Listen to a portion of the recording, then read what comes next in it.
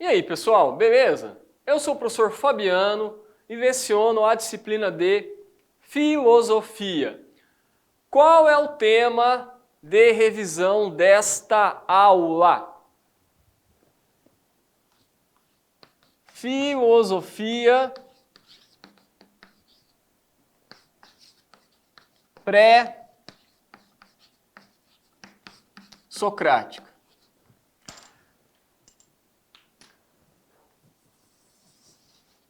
Pessoal, olha só.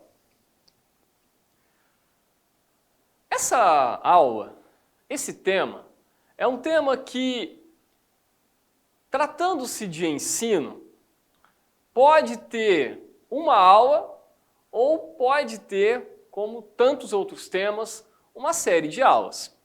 Por que eu estou falando isso? Porque há uma série de filósofos pré-socráticos. Tales, Pitágoras, Empédocles, Anaximandro, Anaxímenes, Heráclito, Parmênides, Demócrito. E aí, de uma forma geral, o que se faz com tantos nomes, um nome mais fácil que o outro para você aprender, não é? Vai decorar todos esses nomes. Como assim, professor? Não é? Nomes lindos e maravilhosos para você dar ao seu filho, não é? Imagina, vem cá Parmênides, vem cá Empédocles, vem cá Heráclito. Olha, o Anaxímenes está tão feliz hoje. Cadê o Anaximandro? Olha, talvez o nome mais comum nesse leque todo seja Tales, não é? Eu já tive conhecidos e colegas, não é, que se chamam Tales. Já tive aluno que se chama Tales. Por que eu estou fazendo essa brincadeira? Porque, de uma forma geral, acaba-se não se vendo tanto em vestibulares questões específicas sobre filósofos pré-socráticos. De uma forma geral, o que se busca em relação à filosofia pré-socrática é uma compreensão, digamos assim, do espírito filosófico pré-socrático, de qual é o intuito, qual é o tema da filosofia pré-socrática. O que quer a filosofia pré-socrática? Então veja só,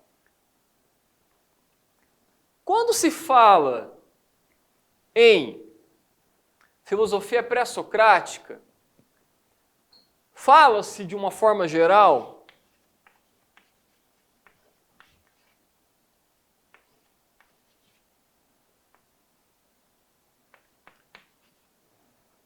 em cosmologia.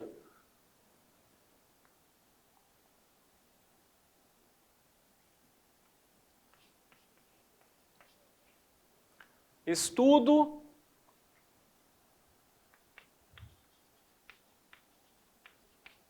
do mundo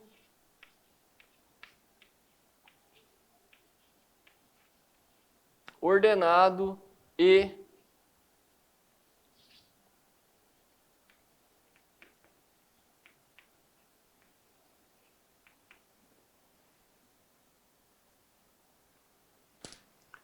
organizado.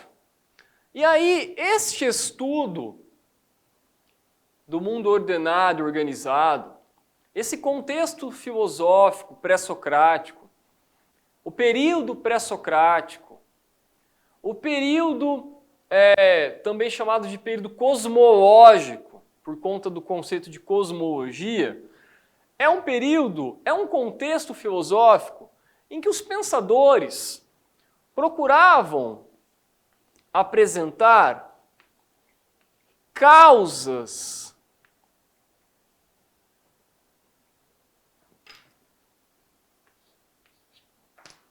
aos fenômenos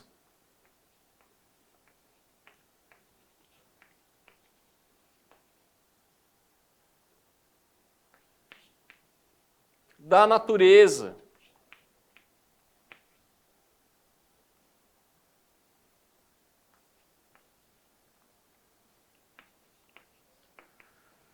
Aos fenômenos naturais. A palavra natureza, você também pode traduzir por...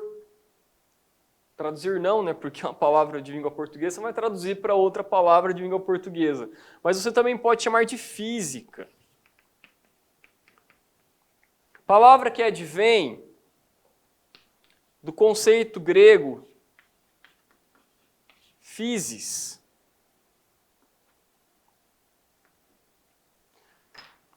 Os filósofos pré-socráticos procuravam compreender a physis, apresentar quais eram as causas da natureza. Só que quando colocavam as causas da natureza, essas causas também eram naturais. Então, causas naturais, a própria natureza. Compreendeu o raciocínio? Quando falei de Tales,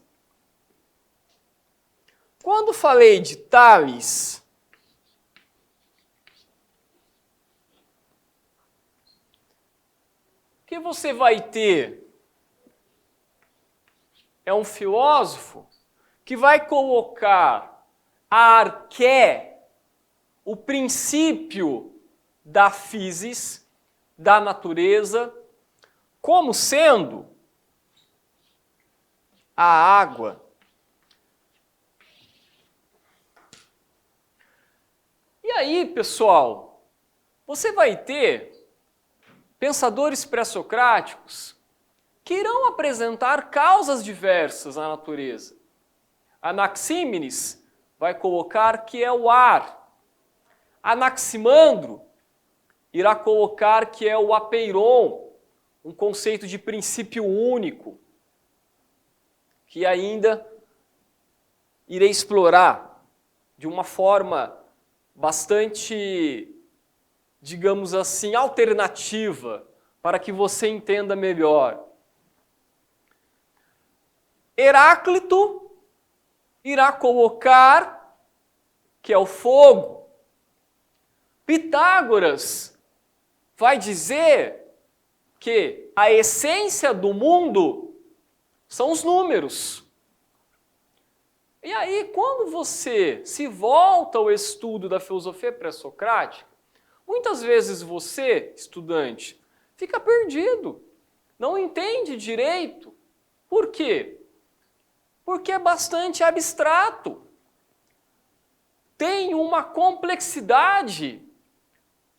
O pensamento pré-socrático, no sentido que muitas vezes te coloca no meio de uma abstração conceitual que gera dificuldades de compreensão. É por isso que eu digo, muito mais importante do que você decorar nomes e quais são as causas para cada filósofo pré-socrático, é muito mais importante você entender qual é o espírito da filosofia pré-socrática, a saber, explicar o mundo e as coisas a partir do próprio mundo e das próprias coisas. Quer dizer, aquele elemento do sobrenatural, aquele elemento politeísta do contexto da mitologia grega, são os elementos em relação aos quais a filosofia pré-socrática irá realizar um distanciamento. Um distanciamento. Por que um distanciamento? Um distanciamento porque a filosofia pré-socrática justamente quer entender a natureza a partir da própria natureza e não entender a natureza a partir daquilo que é sobre a natureza, ou seja, sobrenatural, acima daquilo que é natural. Percebeu o raciocínio? Então, quando se fala em Tales, como filósofo que coloca a água como princípio da natureza, qual é a compreensão que você tem que ter?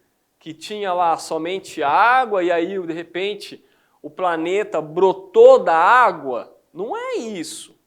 Não reduza o pensamento filosófico pré-socrático a uma simplicidade, no sentido de simplicidade, de um simplismo, digamos assim, ingênuo.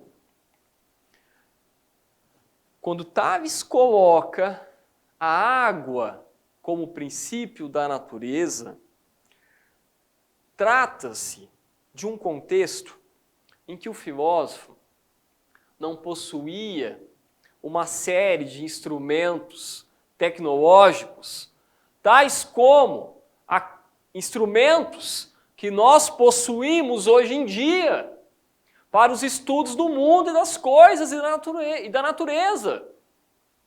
O que Tales tinha era o olho nu, digamos assim. Eram as suas observações empíricas. A partir das observações empíricas, Tales se depara com a água como sendo o elemento que para ele fazia parte da composição de todas as coisas. Não será então a água o elemento primordial a partir do qual outros elementos surgiram? Percebe a densidade da reflexão filosófica? É nesse sentido que cada filósofo pré-socrático, de uma forma geral, irá recorrer ao elemento natural. É nesse sentido que cada filósofo pré-socrático, ao invés de olhar para a divindade, olha para a própria natureza. E aí, como disse antes, cada filósofo pré-socrático irá lançar mão de um leque conceitual acerca do princípio, acerca da arqué, da physis, da natureza. Particularmente, penso ser muito interessante Pitágoras, quando coloca os números como sendo a essência do mundo. Por que particularmente eu vejo como muito interessante? Porque quando você, mesmo hoje, no século XXI, quando você olha para o mundo, você pensa, caramba, o que eu não submeto à ótica da matemática? Quando eu olho para este quadro consegue perceber repleto de quadrados.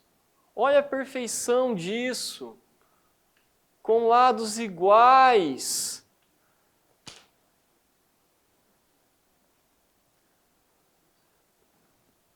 Tudo a gente consegue mensurar. Você consegue mensurar o meu dedo, a minha mão, não é? O meu rosto, o meu nariz, que é bem pequeno por sinal. Não é? Você consegue mensurar, você consegue contabilizar meus fiozinhos de cabelo, porque eu tenho muitos aqui na minha cabeça. Pensa comigo, lá no contexto da modernidade, Galileu Galilei disse: a natureza tem uma linguagem matemática. Olha a beleza disso. Que, de certa forma, foi dito por Pitágoras já na Antiguidade Clássica. Então, cuidado. Não pense, não entenda, não subestime o período pré-socrático. Porque o período pré-socrático foi o período que justamente repensou aquilo que outrora adveio antes, a saber, mitologia grega. Quando fala pré-socrático, você já sabe, socrático, referência a Sócrates. Ora, a partir de Sócrates, de fato, já houve uma nova proposta filosófica, que não vai ser o estudo da natureza, que não vai ser a proposta cosmológica, mas sim a proposta de voltar-se ao ser humano. Colocando de outra forma, em geral, há textos e manuais que falam no período a partir de Sócrates como sendo período antropológico ou socrático. Mas veja, o período a partir de Sócrates tão somente tornou-se possível, por quê? Porque houve a apresentação de uma nova proposta filosófica, só que a apresentação de uma nova proposta filosófica, ela somente surge, por quê? Porque quando se olha para a proposta, para a explicação anterior, se vê as limitações.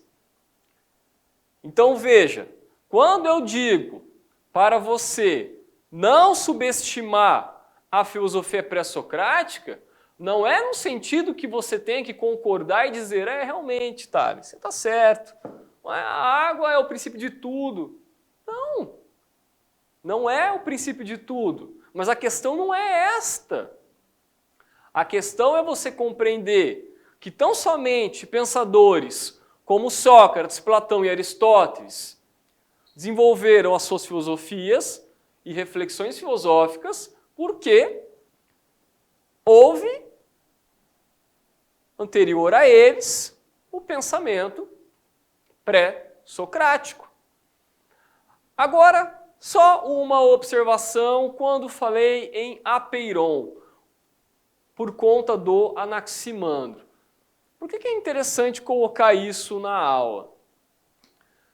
Porque o conceito de Apeiron é bastante abstrato, não é? Você fica, mas o que é Apeiron? É um princípio indeterminado. Aí você fica, o que é um princípio indeterminado? Ou seja, que não tem determinação, que não é determinado por nada. Quer dizer isso, né? Aí você fica, professor Fabiano, conceito abstrato. E conceito abstrato tem hora que, quando você não entende, você olha e fala, é um conceito vazio de sentido, não dá para entender, qual é o significado disso? Galera, eu cometo, de uma forma geral, uma grande heresia quando eu falo do conceito de Apeiron. Mas eu só cometo essa heresia, deixa eu justificar a heresia filosófica, digamos assim. Porque eu penso que é um recurso didático alternativo para que você, estudante, entenda melhor o conceito de Apeiron. Qual é a comparação que eu faço? Com o conceito de Deus. Por que eu faço isso? Para justamente você entender. É um recurso didático para que você entenda melhor o conceito. Tá? Por que conceito de Deus? Porque quando se fala no conceito de Deus, no contexto da historiografia da filosofia cristã, que eu entendo o conceito de Deus como o conceito de um ser imutável, um ser eterno, perfeito e tal. Quer dizer, eterno, portanto, que não surgiu, que não nasceu. E veja, quando fala-se no Apeiron, um princípio indeterminado, há como correlacionar a este conceito de Deus. Quer dizer, Deus como um princípio indeterminado, absoluto. Quer dizer, não há nada que antecede Deus. Deus não é determinado por nada. Por isso, indeterminado, que não tem determinação. Não é? Absoluto, universal, no sentido de que é único, é válido para universal, de um ponto de vista do universo. A palavra universal vem de universo. não é? Não é isso? Assim como universidade, referência ao universo. Universo do quê? Do conhecimento, não é? Então, eu faço essa comparação com o conceito de Deus porque eu acho que fica bacana para que você entenda melhor. Agora, um outro aspecto importante do contexto da filosofia pré-socrática, quando se fala em Heráclito e em Parmênides, tá?